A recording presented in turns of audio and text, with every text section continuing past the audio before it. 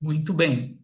Então, como sempre, vamos iniciar com uma prece, vamos agradecer inicialmente ao nosso Criador, ao Mestre e amigo Jesus, aos bons espíritos, por mais essa oportunidade de confraternização e de estudo. Pedimos pelas irmãs e irmãos que não puderam hoje comparecer, que sejam envolvidos por essas vibrações de paz. E assim, em teu nome, Senhor, iniciamos o estudo desta noite. Muito bem. Então é com grande alegria, lembrei do Circo Alegria, que nós recebemos o Rogério Silva, que é presidente do Núcleo Espírita de Artes, o NEA, aqui de Florianópolis.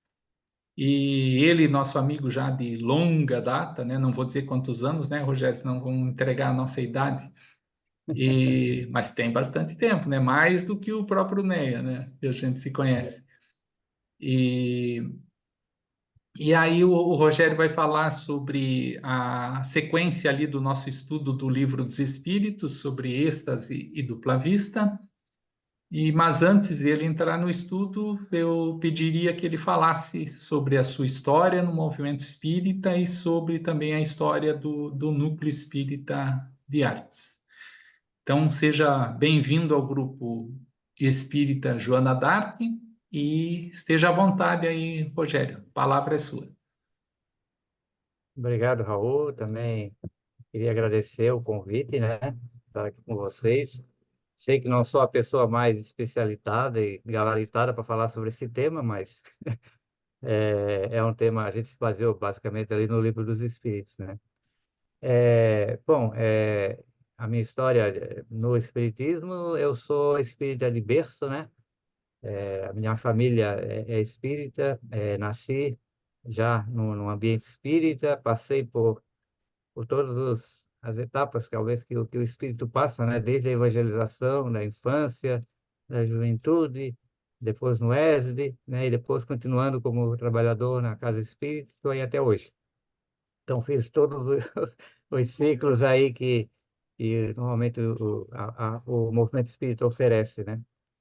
É, Desde jovem, a gente sempre estava muito ligado à questão da arte, né? Especialmente mais no teatro e da música. E lá na década de 80, a gente participava dos grupos jovens, dos encontros jovens, o Raul também é dessa época, né?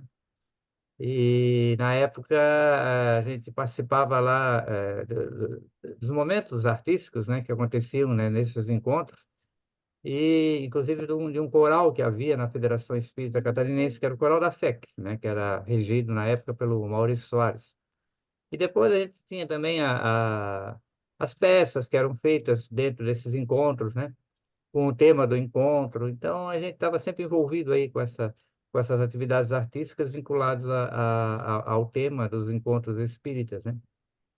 E a partir daquele movimento, né, que era muito forte, né, era um movimento jovem bem intenso naquele momento, é, surgiu então o NEA, né, que é uma entidade que tem esse propósito, né, de fomentar ou desenvolver a atividade artística atrelada à doutrina espírita, né. Então isso lá na década de 80, eu já participei daquele momento, sou até hoje. Já se vão 36 anos, né? Foi em 1988 que o NEA foi fundado. E ao longo desse tempo todo aí, a gente vem trabalhando. Já fizemos várias peças, a parte musical já teve coral, já teve grupos de música, já teve grupo instrumental, enfim, né? Já fizemos muitas palestras também nas casas espíritas, levando um pouco de artes, né?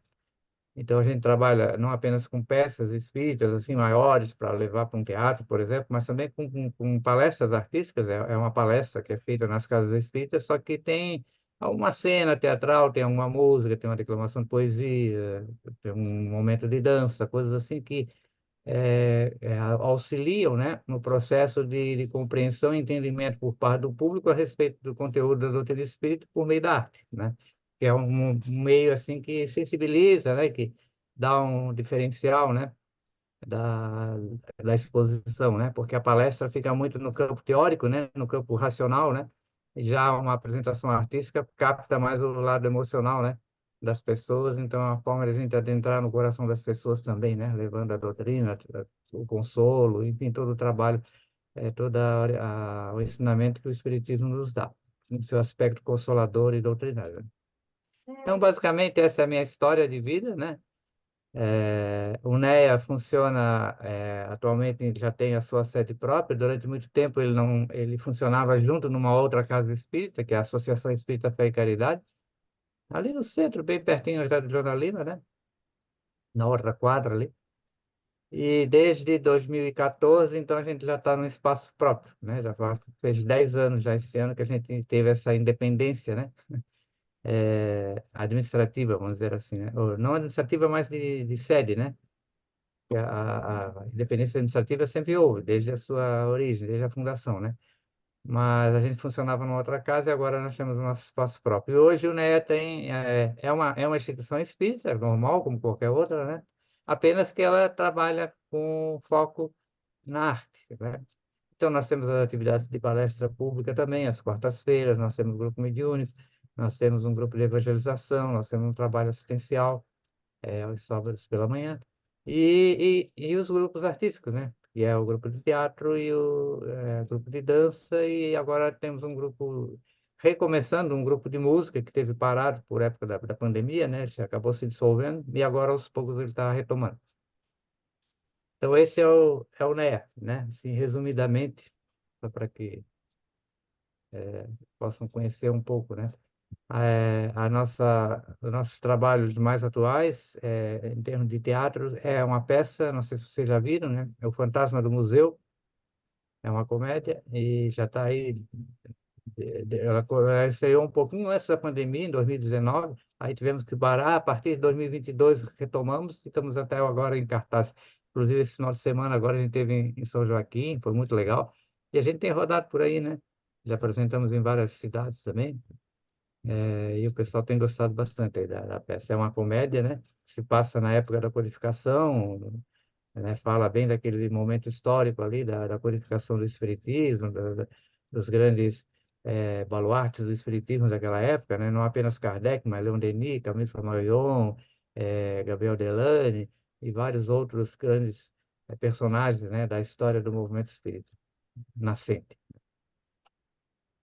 Ô, Rogério, além dos municípios de Santa Catarina, também vocês já se apresentaram em São Paulo, Rio Grande do Sul, né, participando de eventos assim de caráter nacional.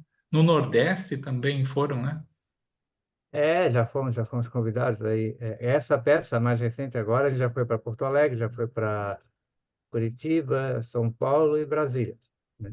Mas teve outras peças também que a gente também foi convidado, né, a participar, e fomos até lá para Ceará, né, participamos lá com uma peça, O Mistério da Mansão Windsor, foi muito legal aquela, aquela turnê que a gente fez lá, a convite deles, né, do Movimento Espírita lá do Ceará. E bacana, né, ver essa disposição, né, dos integrantes do NEA, né, de pegar a estrada e levarem a divulgação do espiritismo através da arte, né? Sim, e é um trabalho voluntário, né, ninguém ganha nada, né, todos são voluntários porque somos trabalhadores do movimento espírita, né? Então, não é um grupo profissional no sentido remuneratório, né? O máximo que a gente pode acertar é uma ajuda de custo para o transporte, né? Ou, de repente, vai numa cidade, né? Às vezes as pessoas oferecem um local para a gente ficar, uma alimentação, é basicamente isso, né? Mas não se tem cachê, não se tem nada. É tudo feito voluntariamente. E eu também estou atualmente na coordenação da área de arte, né, da federação. Inclusive, o meu nome está aparecendo aqui, que eu já uso o Zoom também, né, em outras reuniões da FEC, da FEB. Eu sou coordenador da área de arte da Federação Espírita Catarinense e também da Comissão Regional Sul da FEB, né, que engloba as federações do Rio Grande do Sul, Santa Catarina, Paraná, São Paulo, Rio de Janeiro e Mato Grosso do Sul, né? A FEB, ela se divide nacionalmente, nas áreas, né? E cada uma dessas regiões tem uma coordenação regional, e no caso eu coordeno a Regional Sul aqui, que envolve essas federativas. Estamos num trabalho bem legal, porque agora a FEB, né, a Federação Espírita Brasileira, tem uma área de arte, né, desde 2022, e a gente está implementando, né, esse trabalho nas federativas e nas regionais e nas casas espíritas também, né, levando a proposta de disseminar a arte no movimento espírita, que é bem importante. Legal, legal. Ó, vejam, pessoal, que não é pouca coisa o nosso convidado, né? Chegou a Nelza aí também. Boa noite, Nelza.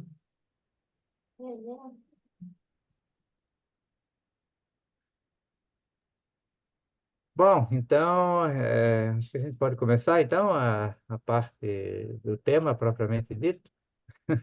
Sim, fica à vontade.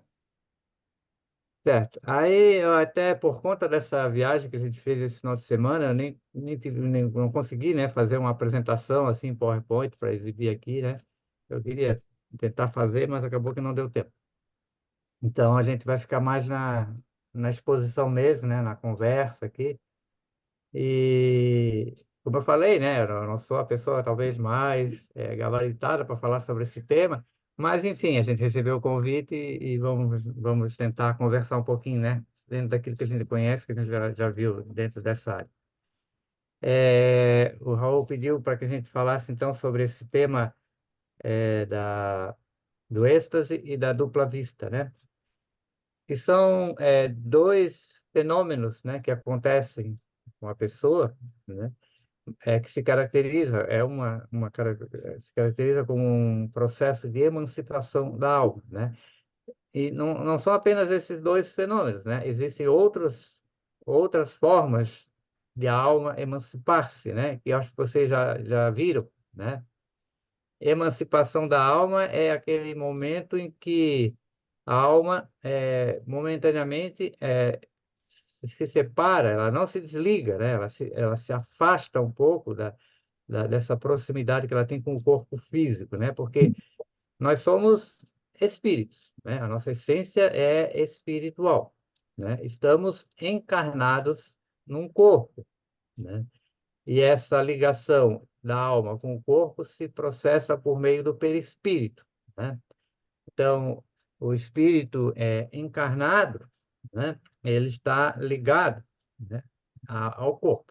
E esse processo reencarnatório inicia lá na fecundação, né? No momento em que o gameta masculino se une ao gameta feminino, já ali ocorre a fusão, né? Ou essa ligação da alma com o corpo que vai se desenvolver, né?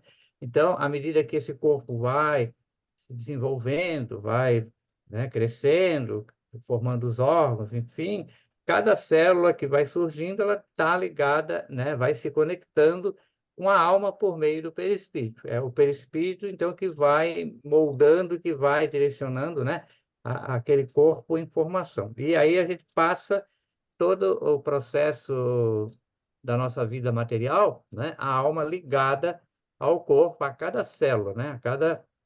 A cada elemento celular do nosso corpo, né?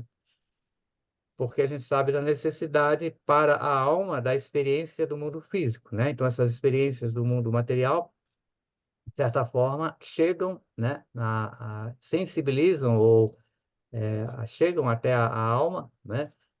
Causando sensações, impressões, enfim, que ajudam, né, a alma no seu desenvolvimento, até mesmo espiritual. Da mesma forma como a alma interfere, né, no nosso organismo físico, né, porque ela está ligada diretamente a todas as células do nosso corpo. Daí o porquê, muitas vezes, a gente sabe que o processo de cura das doenças, né, passa muito também pela disponibilidade mental, né, que a gente tem, né, porque a gente alimenta, né, com o nosso pensamento, com a nossa mente, as próprias células do corpo, né, fazendo derramar sobre o corpo energias positivas ou deletérias conforme o tipo de pensamento que a gente tem.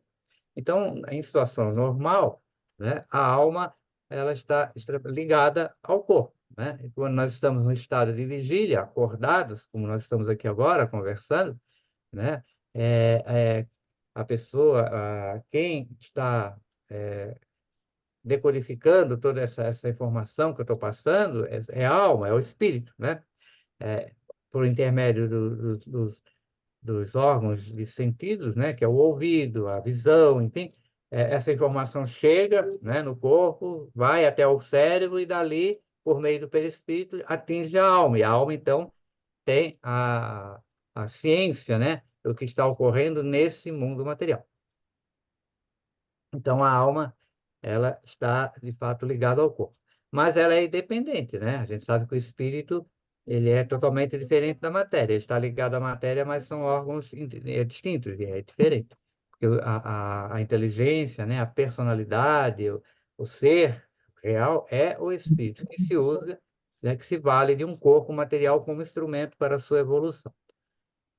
Mas essa alma, ela pode, em determinadas situações, afastar-se um pouco do corpo, né?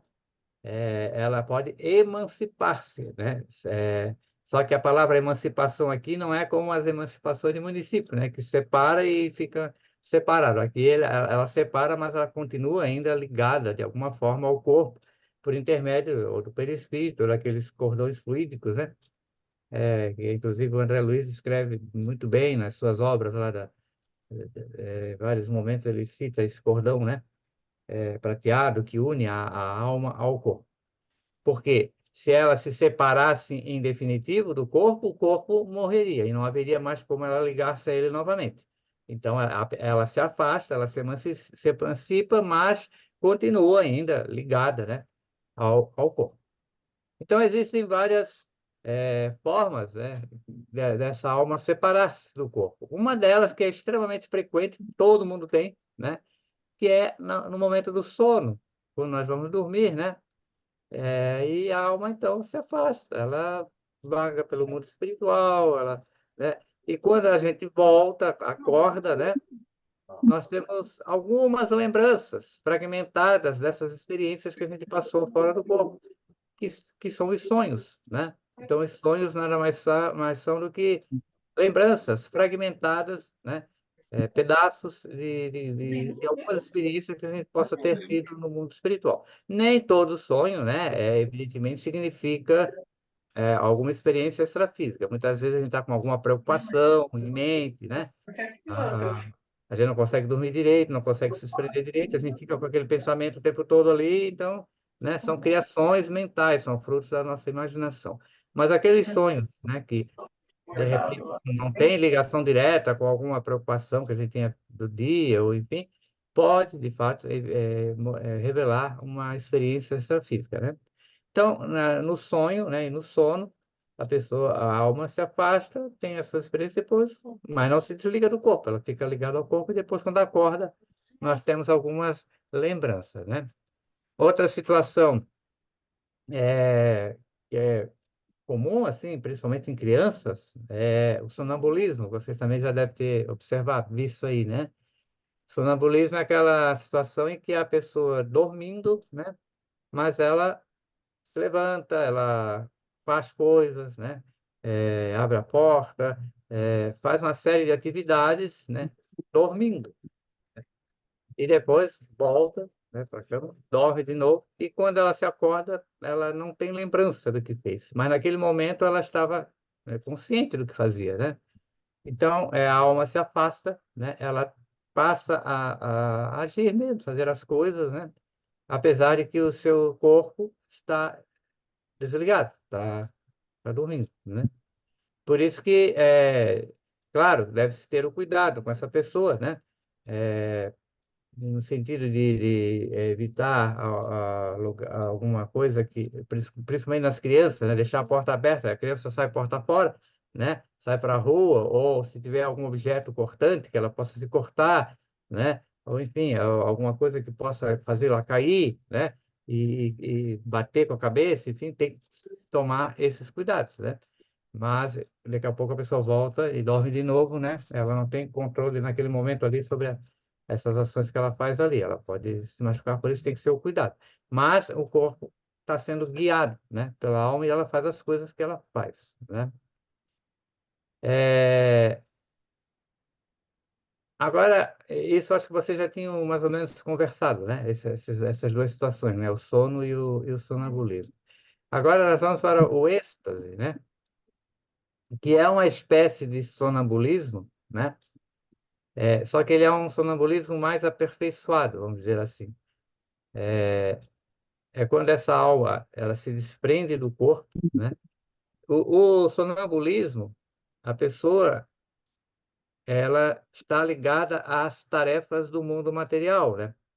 Ela se afasta do corpo, mas faz as coisas que são do mundo material, né? Ou faz alguma coisa, mexe nas coisas do mundo material. Apesar de ela estar fora do corpo, mas ela ainda relaciona-se com os elementos do mundo material, né? O êxtase já é diferente. Ela se afasta do corpo e ela meio que adentra, né, a dimensão espiritual, né? Então ela começa a perceber a presença dos espíritos, né, ao seu redor, ou ela pode até vislumbrar, né, fragmentos do mundo espiritual, né? Por isso que esse termo êxtase, a pessoa fica em êxtase, né? Porque ela começa a perceber as sensações, essa sensação de liberdade espiritual, que é muito prazerosa, né? A vida do espírito puro, né? Os espíritos elevados, ela é muito leve, muito, né? Causa uma sensação, um bem-estar muito agradável ao espírito.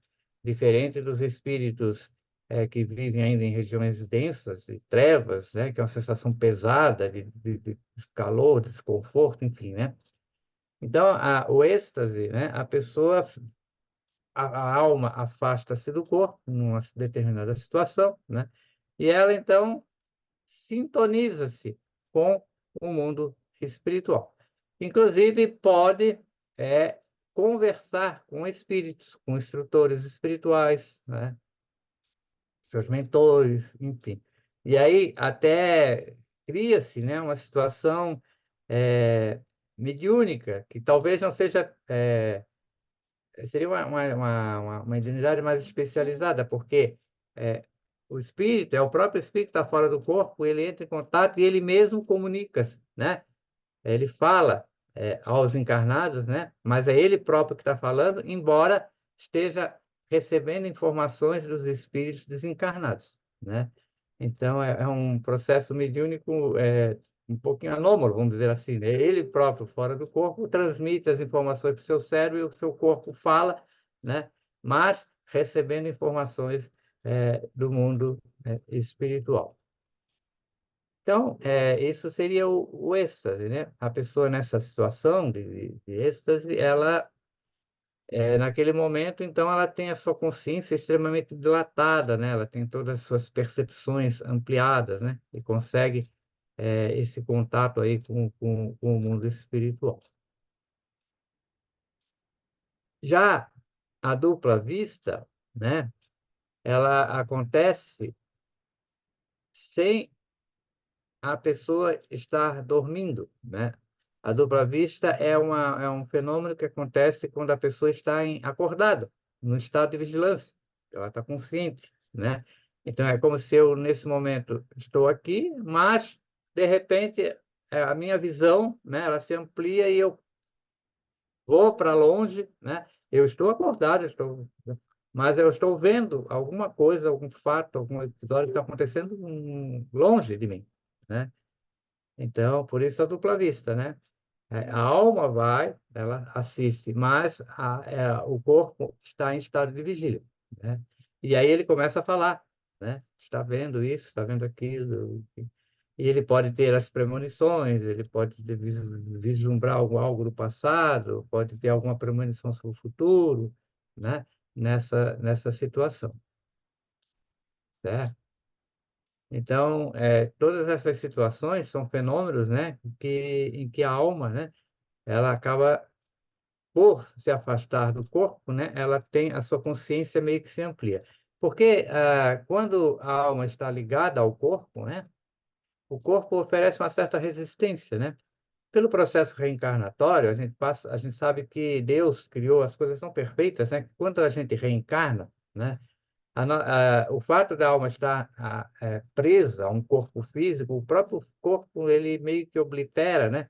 Ele anestesia os potenciais do pensamento de forma que a gente não lembra, né, das coisas do passado, né? Isso é extremamente providencial, né? Por que que a gente esquece as nossas vidas passadas? Porque é conveniente que seja assim, né? Deus entende, né, que para nós, nesse nosso processo de evolução, é importante que a gente se desvencilhe nesse momento de lembranças do passado, né? Então a gente se esquece.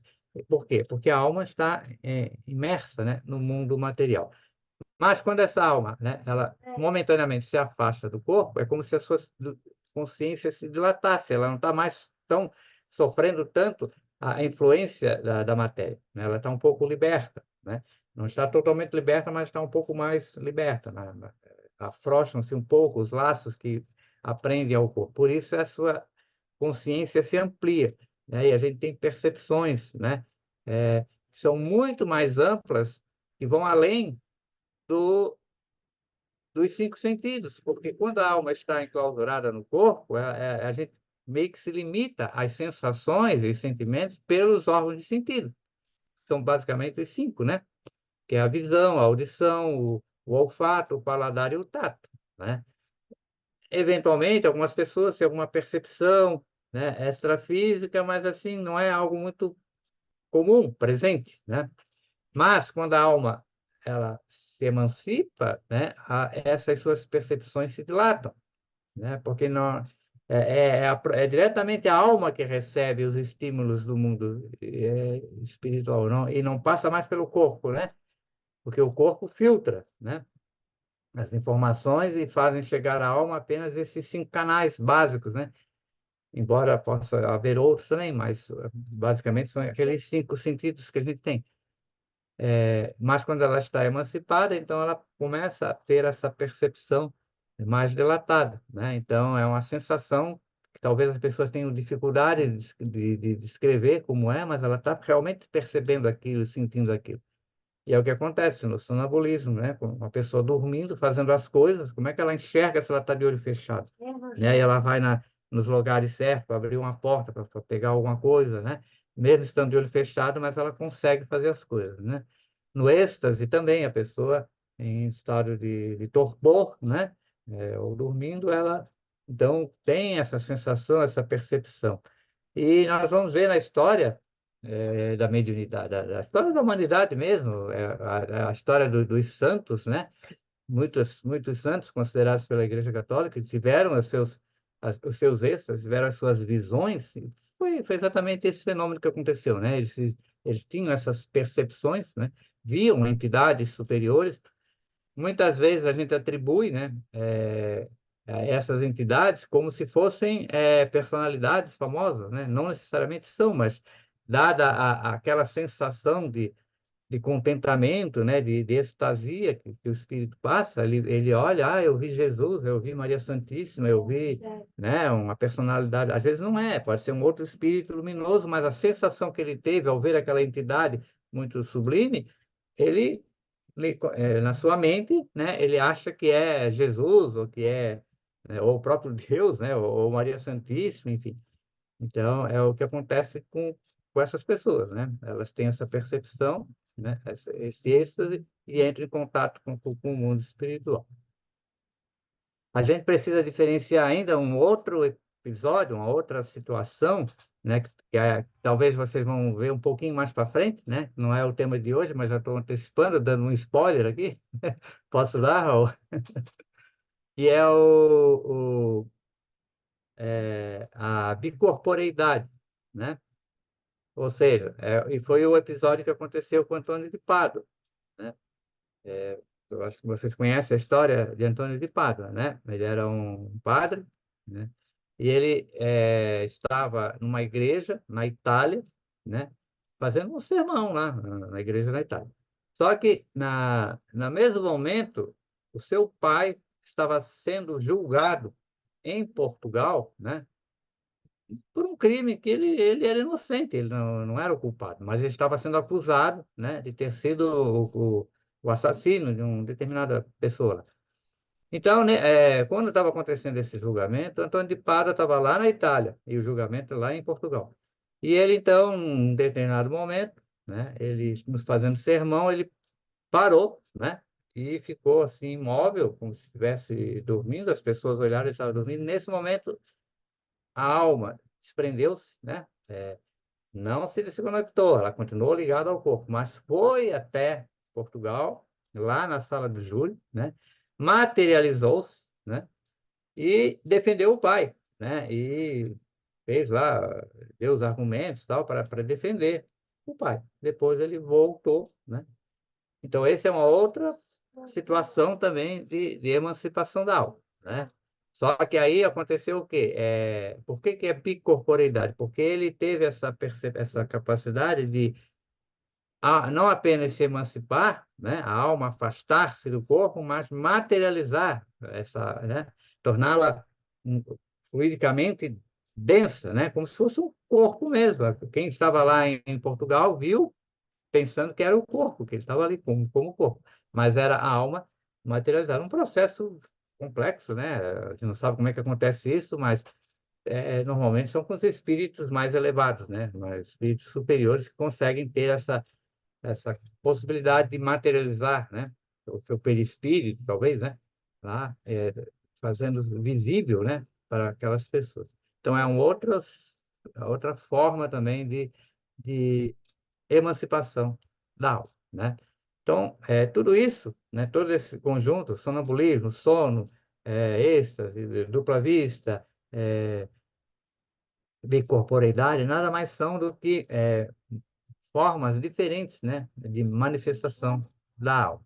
Então, só relembrando, sonambulismo, quando a alma se desprende do corpo, mas faz com que esse corpo tenha ações, né, mesmo dormindo, mas no mundo material, né? O sono é simplesmente o desprendimento, né? A pessoa tem experiências no mundo extrafísico e quando acorda, né, tem alguma vaga lembrança, alguns fragmentos dessa experiência que teve nesse período, né? O êxtase, que é quando essa alma separa-se do corpo, mas adentra um pouco a dimensão do mundo espiritual, né? Tem contato com os espíritos ou com o mundo espiritual propriamente, né? E a dupla vista, quando a pessoa está no estado de acordada, né, de vigilância, mas a alma afasta-se, né, e enxerga as coisas que estão acontecendo à distância, né? E a bicorporeidade, quando essa alma afasta-se, né, do corpo, vai em outro local e chega lá, ela se materializa, se torna visível, tangível, né, a presença daquelas pessoas que estão lá, e depois ela retorna. Basicamente, então, é isso, né, que a gente poderia trazer aí, e ficamos agora à vontade, né, para quem quiser comentar alguma coisa, perguntar, enfim, não sei se eu vou saber responder qualquer coisa, o Raul está aqui para me ajudar também, nosso professor, né?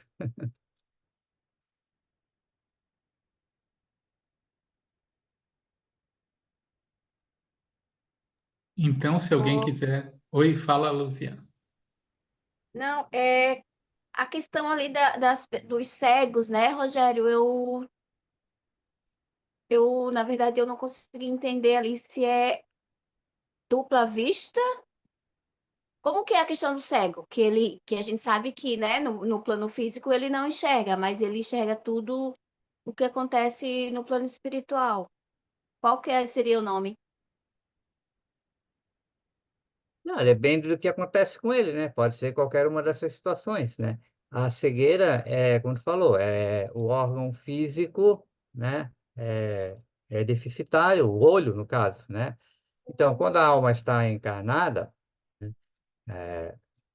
comum para todos, né? Como é que nós enxergamos? Os nossos olhos têm receptores, né? Que captam a luz, né? Que por sua vez carregam a imagem, né? Essa luz, essa informação via sistema nervoso chega no cérebro, numa determinada região, naquela região, né, específica, que essa informação é passada para a alma, né, via perispírito. Então, a alma decodifica, a alma interpreta aquela imagem, né? Isso é situação normal. A pessoa que tem uma cegueira, como não existe esse fluxo, né? O olho não é o meio, né? Não consegue captar essa imagem, e essa imagem não chega na alma e ela não enxerga, né? Porque ela está naquela situação ligada ao corpo. Mas quando ela se afasta, né? Ela passa a enxergar normal, né? Como a alma enxerga. A gente não sabe como é que a alma enxerga, né? Diz que a alma enxerga de uma maneira diferente, né? A nossa visão material ela é pelo olho, mas a alma no mundo é, é diferente, né? Ela é mais ampla, enfim, né? Então, é a alma que está enxergando. Então, a alma não é cega, a alma é perfeita, né? Então, ele pode enxergar, sim, né? Ele pode ter êxtase. Talvez ele tenha dificuldade. Se ele é um cego de nascença, talvez ele tenha dificuldade de expressar, né? Quando voltar, quando estiver acordado, porque faltam elementos de comparação para ele, porque ele não tem a visão física propriamente dita, mas ele tem a sensação de ter visual, né? Então, talvez ele tenha dificuldade de fazer comparações, enfim, né? Quando acordar para explicar o que aconteceu com ele, mas ele pode perfeitamente enxergar, né? Claro, tudo vem a situação evolutiva do espírito, né? A gente sabe que os espíritos estão em níveis evolutivos diferentes, né? Muitas vezes, quando a gente desencarna, ou a gente vai para o mundo espiritual, a gente carrega muito dos nossos paradigmas, das nossas informações aqui da Terra. É muito forte. Quanto mais atrasado a gente né? Mais forte é isso, né?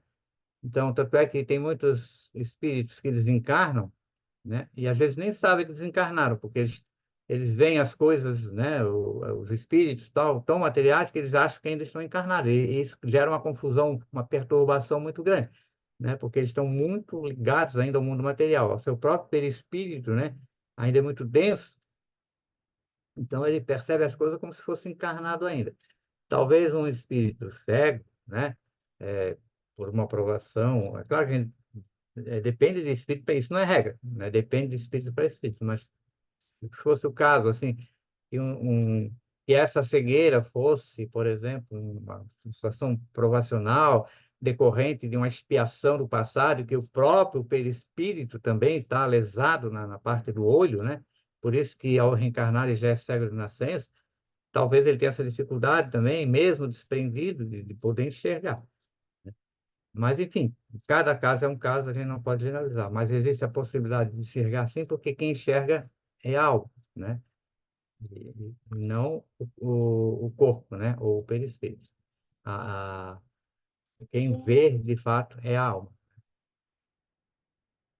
Não sei se responder, Luzia. Sim, sim. Obrigada, Rogério. Se o Raul quiser complementar.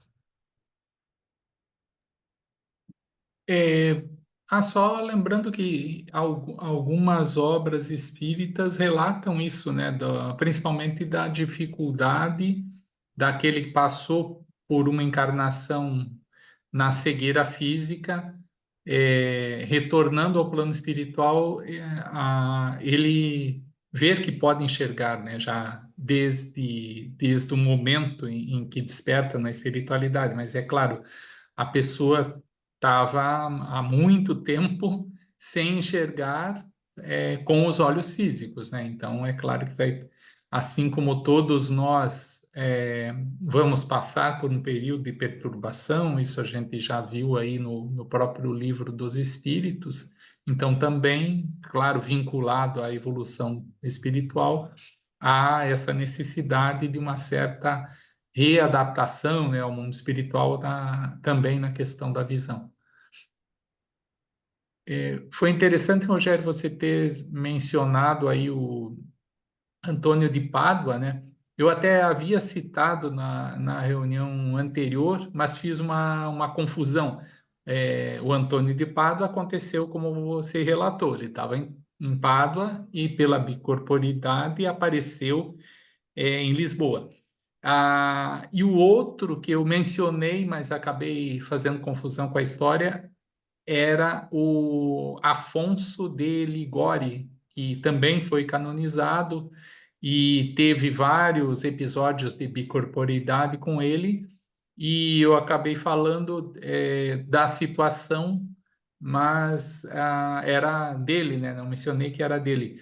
Ele estava na cidade, na paróquia, onde ele sempre pregava, se concentrou lá e foi em espírito para Roma e atendeu o Papa Clemente XIV, não sei se diz Clemente XIV, ou enfim, no seu leito de morte, né? Então, o seu corpo materializou-se lá para esse atendimento ao Papa, né? Então, aconteceu, então, e tem esses relatos na própria Igreja Católica.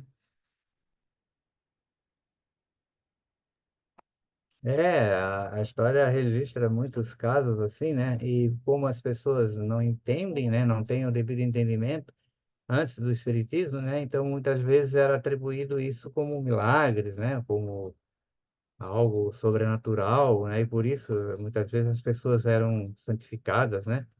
Eram canonizadas, enfim, por causa desses fenômenos, né?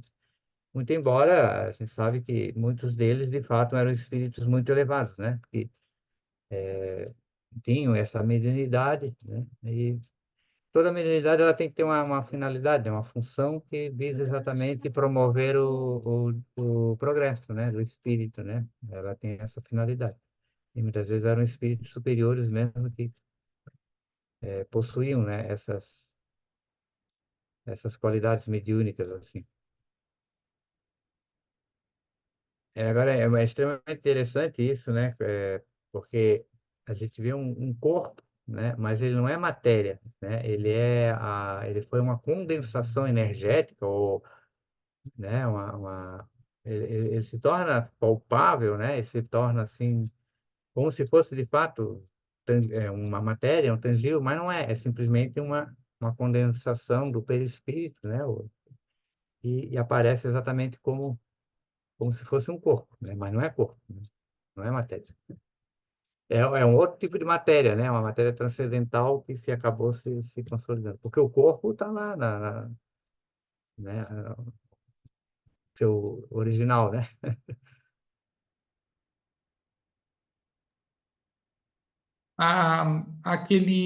Bem, aí já é a questão de materialização também, que é um outro fenômeno, né, dos Isso, espíritos. Na Bíblia a gente encontra desde o Antigo Testamento, né, se a gente olhar, por exemplo, o Tobias, né? Há o relato lá que um espírito acompanhou numa viagem por muitos dias, né? Foi até outro país e então o espírito materializado ao seu lado, né?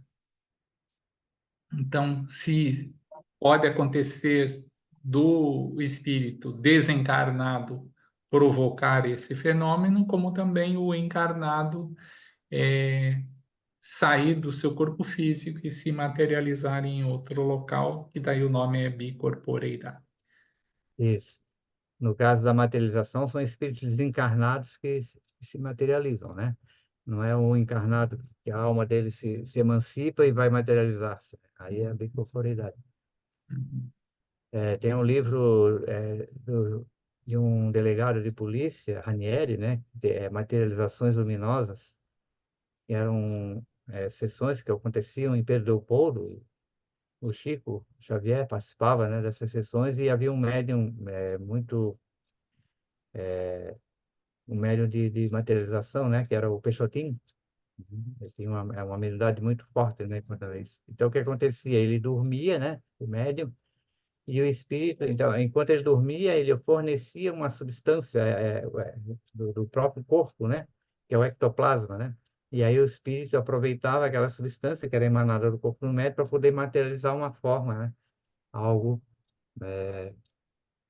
uma mão, ou, enfim, alguma coisa, né? Ou o rosto, né? Ou às vezes até o corpo inteiro mesmo, né? Materializava-se.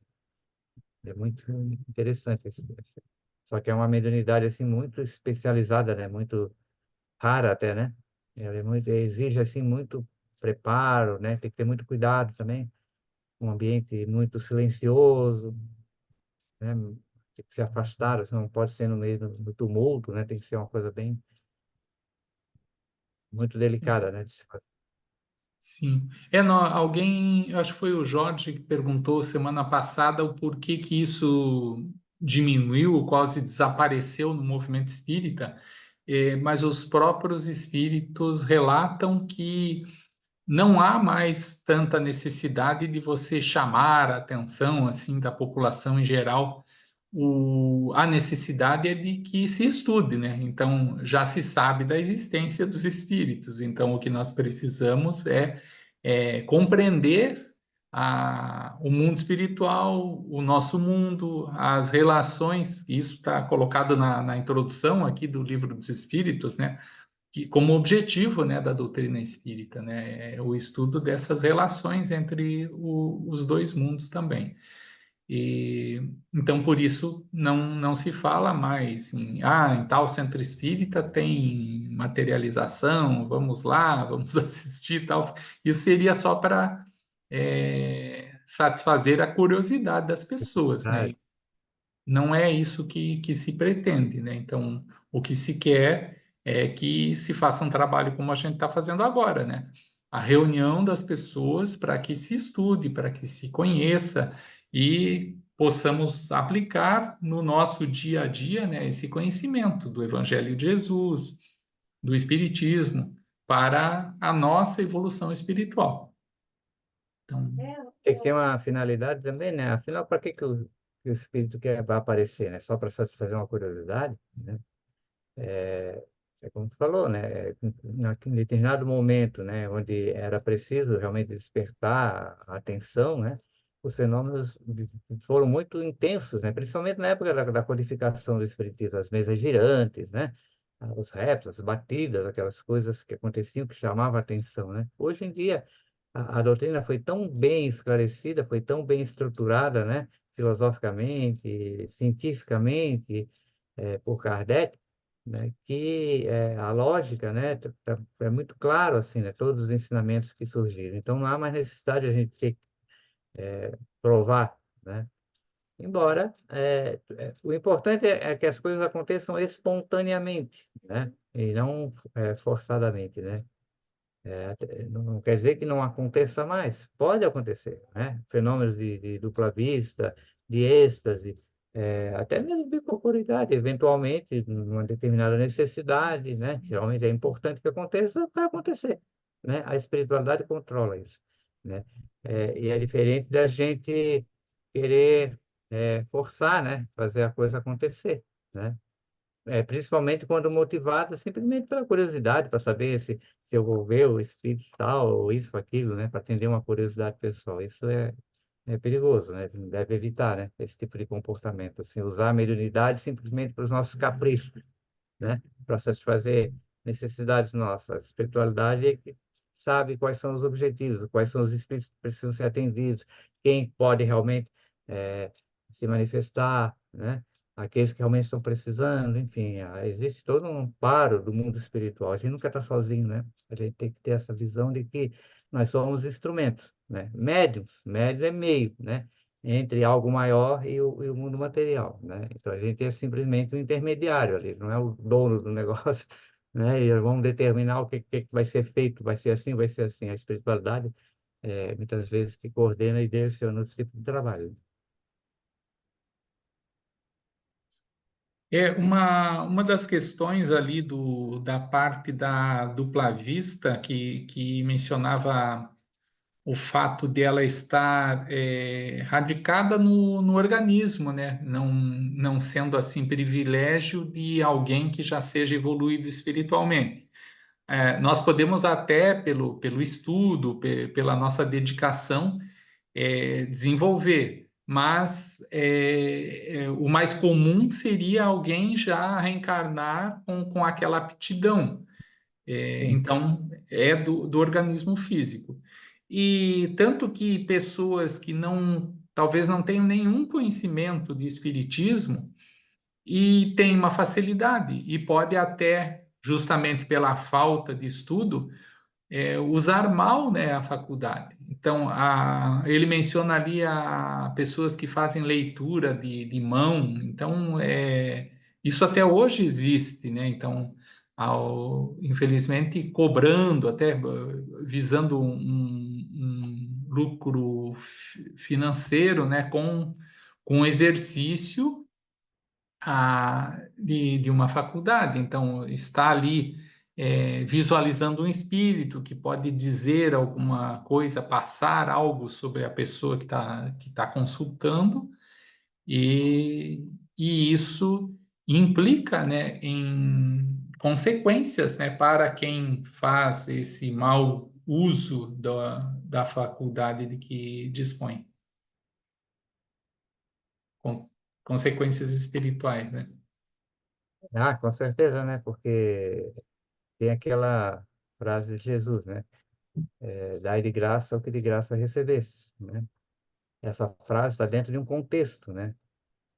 Pois Jesus convida, né? Curai os leprosos, né? Expulsar os demônios, enfim, uma série de ações que eram ações mediúnicas, né? Ou seja, expulsar os demônios nada mais é do que fazer um processo de desobsessão, né? Então, todas aquelas atividades ali que a gente faz com o auxílio da espiritualidade, né? Isso nós recebemos de graça, que é uma faculdade mediúnica, então, de graça devemos dar, né? Se nós temos esse potencial, é para usá-lo santamente, né? Nos moldes apregoados por Jesus, pela caridade, para auxiliar, né? Para ajudar, principalmente o mundo espiritual, né? Ou uma pessoa encarnada que esteja num processo de obsessivo, né? Com esse propósito de auxílio, de amor, né? Pela ao próximo, né? Então, é essa a finalidade da mediunidade. Quando a gente passa a olhar a mediunidade de outra forma, usar esse potencial, né? E com outros objetivos, aí realmente é uma situação difícil, porque, inclusive, não se descarta a mediunidade, né? Os espíritos, a determinado médium, prevê um fato, alguma coisa, assim, ele dá publicidade a isso, ele quer ganhar notoriedade, né? E aí o que acontece? Os espíritos superiores acabam se afastando dele. Ele fica à mercê de espíritos zombeteiros, brincalhões, né? A mediunidade continua existindo. Ele tem contato com o mundo espiritual, só que são os espíritos mais brincalhões, zombeteiros, que vão estar trabalhando com ele, né? Diferentemente do que ele podia estar com espíritos mais elevados, né? Auxiliando na sua mediunidade.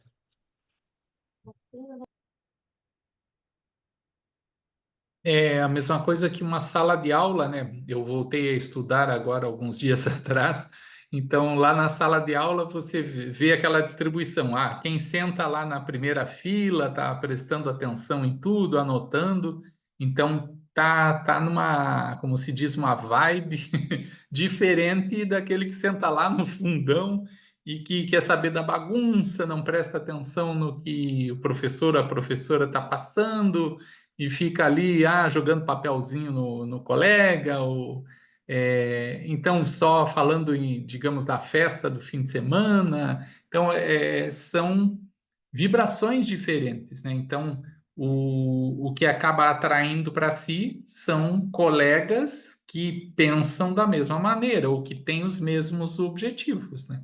Então, é aquela nuvem de testemunhas, né, que o Paulo de Tarso mencionava, né? Então, são os espíritos que estarão nos rodeando conforme a nossa faixa vibratória. A gente tem que ver exatamente qual o objetivo, né? Que se pretende, né? A gente não está fazendo críticas assim, mas a gente percebe muitas vezes, pela nossa falta de conhecimento, de entendimento, a gente dá muita credibilidade, né? Simplesmente porque uma pessoa é médium ou disse que viu, é um vidente que viu, previu alguma coisa, né? E aí ela anuncia aquilo e a gente dá muita credibilidade. Talvez uma credibilidade excessiva, porque a gente acredita em tudo, né? Simplesmente porque a pessoa falou, a gente acaba depositando total confiança, né? Mas a gente tem que perceber assim, mas qual é a finalidade dessa informação? Por que que ela chegou até nós, né? Ela é útil? Ela traz alguma coisa para nós de bom ou não, né? Muitas vezes a gente sabe que existe charlatanismo nisso, né? É, assim, não é uma crítica, mas já vi, muitas vezes acontece um determinado acidente, uma tragédia, aí depois aparece o médico, eu já tinha previsto que isso ia acontecer, eu tinha visto algo, né, um avião caindo. Quer dizer, eu posso falar, eu estou vendo um avião caindo, daqui a pouco vai cair um avião, de vez em quando, né? A gente, claro que não quer que aconteça, mas a gente sabe que alguma hora vai acontecer, algum avião vai cair, algum artista famoso vai desencarnar, né? Isso é algo que acontece, né? Então é muito fácil, depois de acontecer, eu dizer, eu previ que ia acontecer isso, que ia acontecer aquilo. Então a gente tem que ter muito. Não é questão de negar, ser cético, né? Mas assim, ser ponderado, né? E entender qual é a finalidade disso. Para que que a pessoa ia. Por que que isso ia ser revelado para uma pessoa assim, sem fundamento, sem nenhuma necessidade, né? Há situações e situações. É por isso que a gente fala, né? A espiritualidade superior sabe, de fato, o real objetivo de uma revelação, né? Até mesmo esses episódios que acontecem com a gente, né? Por que que, se eu passei por um processo desse, de uma dupla vista, né? Eu vi alguma coisa, pô, a gente deve pensar, por que será que, antes de eu me maravilhar com o fenômeno, né? Enfim, que é algo realmente extraordinário, mas eu devo pensar, mas qual seria a finalidade? Por que que eu estou aquilo deve tocar na gente, né? Por que que aconteceu isso, né? Será que é um aviso? Será que é um alerta para mim? Será que é um, né? Ou para alguém, né? Então, assim, com muita discrição, com muito cuidado, com muito tato, a gente tem que lidar com essas coisas e não se deixar, né? eh, Ficar vislumbrado pelo fenômeno, né? E achar que por causa daquilo nós somos superiores, né? Eu tenho a capacidade, acontece isso, eu faço aquilo, tal, né? Isso é extremamente grave para o médium, né? Porque ele começa assim, vai descer e acaba se afastando, né? Do seu messianato, né? Porque a mediunidade é um trabalho missionário aqui na Terra, né? Ela tem uma finalidade. E muitas vezes essa mediunidade, às vezes, pode até ser expiatória, né? Deus me deu aquela faculdade para que eu, por meio dela, possa resgatar, né, de alguma imperfeição minha, como? Fazendo o bem, usando bem, adequadamente aquela minha mediunidade, em benefício das pessoas, e não simplesmente para me envaidecer e para me tornar superior diante dos outros.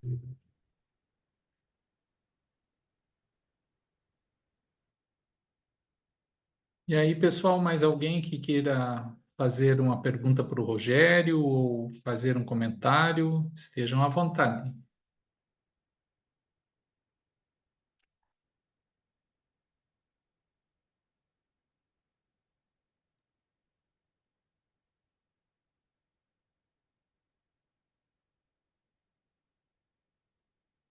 Eu não sei se alguém já teve alguma experiência dessa, né? Eu creio que todos nós, em algum momento da nossa vida, já passamos, né, por alguma situação assim. É, Às vezes é um sonho, né? Um sonho muito real, né? E que nos impressiona muito, né? Quando esse sonho é bom, né? É maravilhoso, né? Se a gente tem uma sensação boa, acorda com aquela coisa, talvez não tenha aquela lembrança total, né? De tudo que aconteceu, mas vem com aquela sensação agradável, de leveza, né? Poxa, que coisa maravilhosa. Provavelmente todos nós, em algum momento da nossa vida, a gente teve um sonho assim. Assim como também algum sonho, um pesadelo, vamos dizer assim, né? Algo muito forte, assim, que nos impressionou bastante, né? E não foi simplesmente um pesadelo, porque existem aqueles pesadelos que são naturais, são físicos, né? Se eu como uma feijoada às 10 horas da noite e vou dormir com a barriga, né? Muito provavelmente eu não vou dormir bem, vou ter umas sensações, mas são físicas, não necessariamente são sensações espirituais, né? Mas existe, de fato, alguns sonhos, né? Que a gente... são experiências extrafísicas que às vezes não são muito agradáveis, né? E a gente tem uma sensação de realidade muito forte durante o sono. E quando acorda, vem com aquela impressão, né? Então a gente deve se perguntar, pô, o que será, né? O que está acontecendo aí? O que que isso está me querendo dizer, né? A gente não deve se apavorar, né? se desanimar, ah, meu Deus, como eu sou imperfeito ainda, né? Mas assim, vamos tentar entender, né, alguma coisa, o que que aquilo, por que a gente recebeu aquela informação, né, aquele sonho assim. Então, eu acho que tudo é assim, né? A gente tem que ter muito bom senso, né? Tem que ter muito estudo, né? Muito critério na hora de avaliar as coisas. E daí a importância também da prece, né? No momento da prece noturna, antes da gente dormir. Porque a gente sabe que o corpo, a alma se desloca, né? Ela vai conforme os nossos interesses mais íntimos, né? A gente se aproxima daqueles que são afins conosco, né? Então, se a gente ainda está nos vícios, com ideias materialistas, ideias, enfim, provavelmente, se nós somos assim em estado de vigília, quando estamos desprendidos, nós vamos continuar sendo assim, então nós vamos em busca daqueles que se afinizam conosco, daqueles espíritos que estão no mesmo padrão vibratório. Se a gente busca ter uma postura diferente, né? Ter uma conduta diferente, né? Faz uma preparação no momento de dormir, né? Uma prece, pedindo a Deus, pedindo a Jesus, aos bons espíritos que nos orientem, né? Que nos dê um bom descanso, um bom repouso para o nosso corpo e nós, almas, né, enquanto desprendidos, que a gente possa, quem sabe, né, é, ter o contato com nossos mentores, com nossos amigos espirituais, com familiares queridos que já estão no mundo espiritual, recebendo instruções, né, esse desejo, né, íntimo, né, por meio da prece, pode ajudar e pode facilitar bastante para que a gente tenha, de fato, uma noite, um sono melhor, né, um sonho mais agradável, né, para nos ajudar.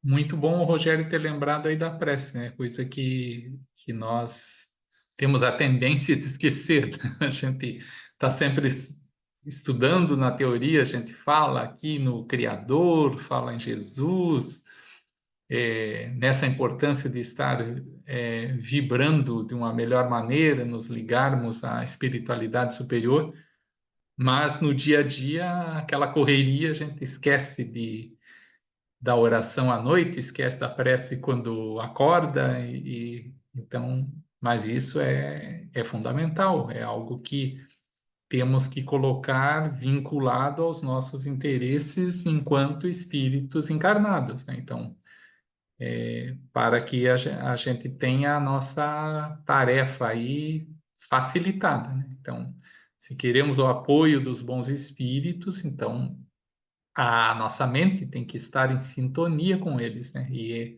a prece é o meio para que isso aconteça.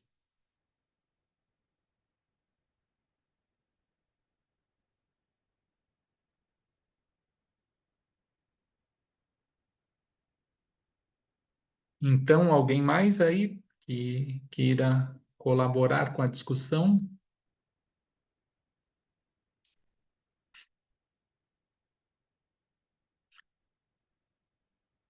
Também esse ponto que o Rogério abordou é importante, né? De você sempre estar com o pé no chão, né?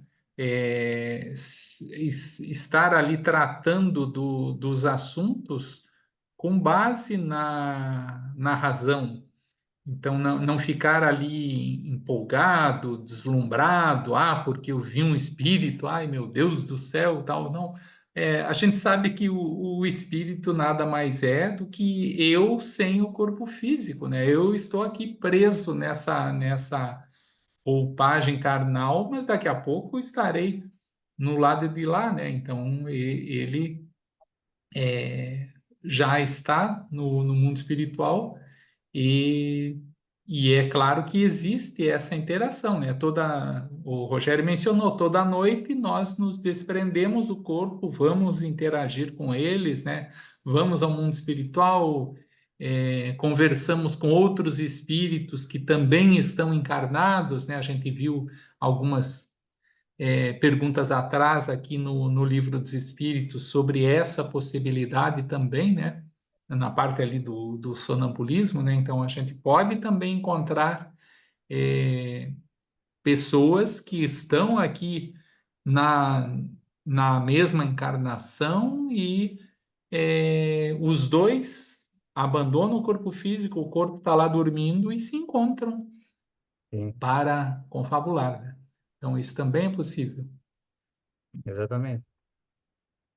Eu estava vendo aqui um texto que eu tinha pego aqui, um artigo, e aí ele cita alguns casos, ele cita aqui Gabriel Delany, que era um cientista, né, lá da época da codificação, e no seu livro Espiritismo perante a Ciência, ele relata alguns fatos interessantes de sonâmbulos, né? Então ele cita um caso aqui de um farmacêutico, né? Que à noite ele ia dormir, ele era sonâmbulo, aí ele se levantava da cama, ia no laboratório e terminava de preparar as receitas que ele não conseguia fazer durante o dia. Olha só que interessante, às vezes ele estava trabalhando e tal, ele não dava tempo de fazer tudo, então, e aí chegava à noite, ia dormir, e aí ele, sonâmbulo, levantava, dormindo, e continuava preparando as receitas, né? E depois voltava, aí chegava no outro dia, acordava, já estava a receita pronta lá. É muito interessante isso. A gente pensa que é coisa assim, como é que parece coisas absurdas, né? Mas são fatos, né? Relatados aqui pelo Gabriel Delany, né? Um estudioso sério, ainda mais os cientistas, que eles são muito rigorosos, né? Muito criteriosos, né? Nas pesquisas, nos relatos, né? Então, eles citam situações assim, muito interessantes.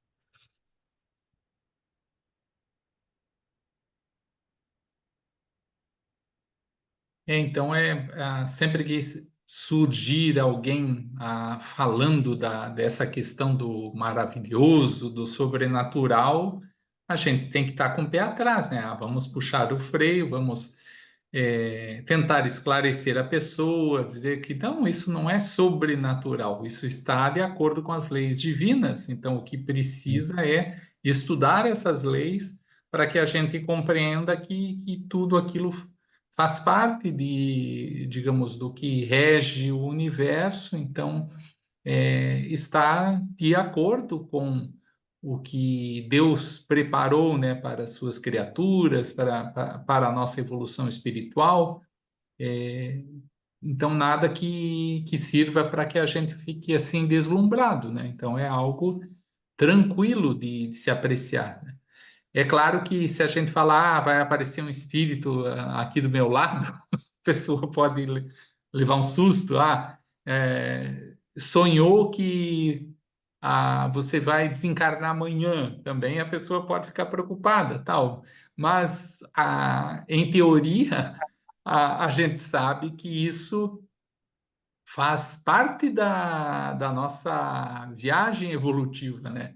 Em algum momento eu vou desencarnar, então eu tenho que levar a vida como se esse desencarne acontecesse logo, né? Então não vou ficar ali só acumulando bens materiais, só pensando no mundo físico e esquecendo da vida espiritual. E o próprio Mestre Jesus já nos deixou esse alerta, né? Se não me engano, é no Evangelho de Mateus, lá, capítulo 12, eu li isso, caiu no meu Evangelho no Lar ontem, por isso que eu estou assim, afiado. Mateus, capítulo 12, versículo 13 até o 21.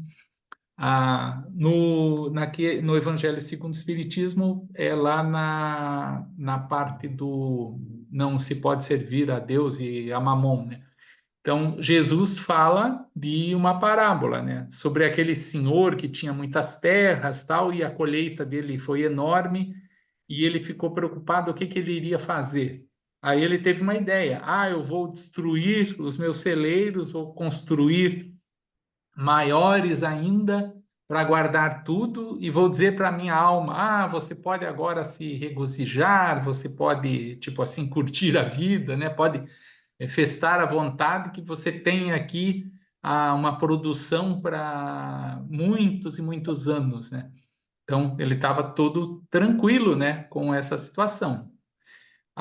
E daí Deus, ali na parábola, né, teria transmitido a mensagem de que era um homem tolo, porque ele não sabia que naquela noite mesmo viriam buscar a sua alma. E de tudo aquilo que ele acumulou, nada iria servir, né, para essa situação. Então, é por aí que a gente deve pautar a nossa existência, né? Pensando que a nossa passagem aqui no mundo físico, ela é efêmera, né? Diante da eternidade. Tem um outro aspecto também que eu estava me lembrando agora, é que todos nós temos uma determinada personalidade, né? Nós temos os paradigmas, né? Os nossos paradigmas de vida, enfim, né? Como eu falei, quando a alma está em situação de emancipada, né? A sua percepção, a sua compreensão, a sua consciência está dilatada. É por isso que o espírito desencarnado, né? Quando ele pede para reencarnar, ele tem ciência, não, eu vou passar pela dor, vou passar por essa prova, tal, ele aceita. Agora, encarnado, a gente pensa, pô, por que que eu vou, por que que o espírito aceita reencarnar para sofrer, né? Porque, de fato, né, quando ele está desencarnado, a sua mente, a sua consciência está ampliada, ele compreende a necessidade de passar pelo momento expiatório. Quando a gente encarna, né, a gente fica anestesiado e a gente reclama, né? Porque está sofrendo, porque acontece isso, porque acontece aquilo, né? Porque a gente está aqui, a nossa consciência meio fica restrita, né? Então, nesses episódios de emancipação da alma, seja num sonho, seja na dupla vista, seja no êxtase, enfim, quando a gente está naquele momento, a gente tem, né, aquela experiência que fica, de alguma forma, registrada no espírito. Quando a gente retorna, né, acorda ou volta ao estado de vigilância, né, normal, né, a gente acaba misturando, né, aquela sensação com os nossos conceitos, com nossos princípios, com nossos valores aqui na Terra, e às vezes a gente não entende, né, compreende exatamente o que aconteceu, não dá o devido valor, né? E é isso que acontece. Um exemplo, assim, né, como a gente falou há pouco, às vezes nós, nesse estado de êxtase, uma pessoa vê um espírito muito elevado, né? Na hora ele pode até conversar com esse espírito, dialogar com ele. Quando ele retorna, ele vem com aquela sensação. Mas, na sua concepção religiosa, enfim, ele acredita que aquilo é um anjo, é um santo, é uma entidade, né? E aí ele diz que é Maria, que é Jesus, né? Então, é por quê? Porque ele está misturando aquela experiência, aquelas sensações naquele momento em que ele estava emancipado, quando ele acorda, ele volta, né? E acaba misturando com as suas ideias, com os seus pensamentos da alma encarnada, com a sua visão, com seus paradigmas do mundo material, né? Então, muitas vezes pode acontecer isso também, nessas situações, né? Rogério.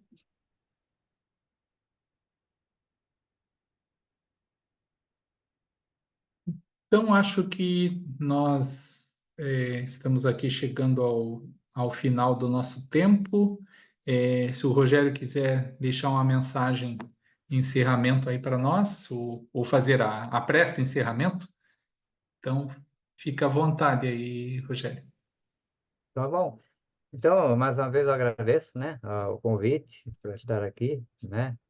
É, convido, né, a todos para que possam, de fato, estudar, né? Às vezes aqui, na nossa fala, talvez a gente não se expresse adequadamente, pode ser que passe alguma informação, né, que não seja tão verdadeira, por isso é importante, né, mesmo que a gente ouça alguém falando ou isso, aqui, sempre vá lá, né, nas obras, né, nesse capítulo específico do Livro do Espírito, leia, reflita, medite, né, para que a gente possa tirar as nossas conclusões, né? A informação na sua forma original, né? Que veio lá dos Espíritos e que está no Livro dos Espíritos. Mas é um assunto realmente palpitante, né? Muito interessante. É muito lógico, é muito coerente, né? A gente vê assim na didática como Kardec desenvolveu a temática, né? Ele foi muito claro, assim, muito a gente vai lendo na sequência e vai se inteirando de todos os fenômenos e vai meio que clareando, né, a nossa mente, assim, a gente vai entendendo de fato o que acontece conosco, né, com as almas. E isso é importante porque nos ajuda, né, nos auxilia, né, no nosso processo de evolução. Então, agradeço a todos aí, né, pela compreensão, né, peço desculpas aí por alguma uma deficiência de minha parte. E vamos então encerrar, né, a nossa reunião agora, agradecendo a Deus, a Jesus, a espiritualidade amiga, aos benfeitores espirituais por esses momentos de reflexões, de estudo, de aprendizado. que possamos levar para conosco, Senhor, todas essas informações que nos auxiliem no nosso processo evolutivo, né? E aproveitando esse momento que estamos assim, irmanados num só objetivo, num só ideal, e que essas nossas boas vibrações, nossos bons pensamentos possam ir a Deus e retornar como fagulhas divinas de amor, de consolo, de conforto e paz a todos os nossos irmãos que estejam sofrendo na Terra, né, no mundo físico, com doenças incuráveis, com problemas insolúveis, com dificuldades, com desespero, com depressão, sofrimentos de toda a ordem, né? De abandono, de flagelo, enfim. Deus sabe as necessidades de cada um e que possamos irradiar os nossos melhores pensamentos e boas vibrações e que a espiritualidade aproveite todas as nossas energias, a nossa vitalidade para o atendimento de todos os sofredores da Terra e também aos nossos irmãos desencarnados, aqueles que já se encontram no outro lado da vida e ainda estão em situação de dor, de sofrimento, né, de desorientação, de aflição, que a espiritualidade amiga possa conduzi-los a um mundo melhor, onde serão tratados, curados e aliviados de suas dores, sofrimentos e aflições. Obrigado, Senhor. Em teu nome, encerramos a nossa reunião da noite de hoje. Que assim seja.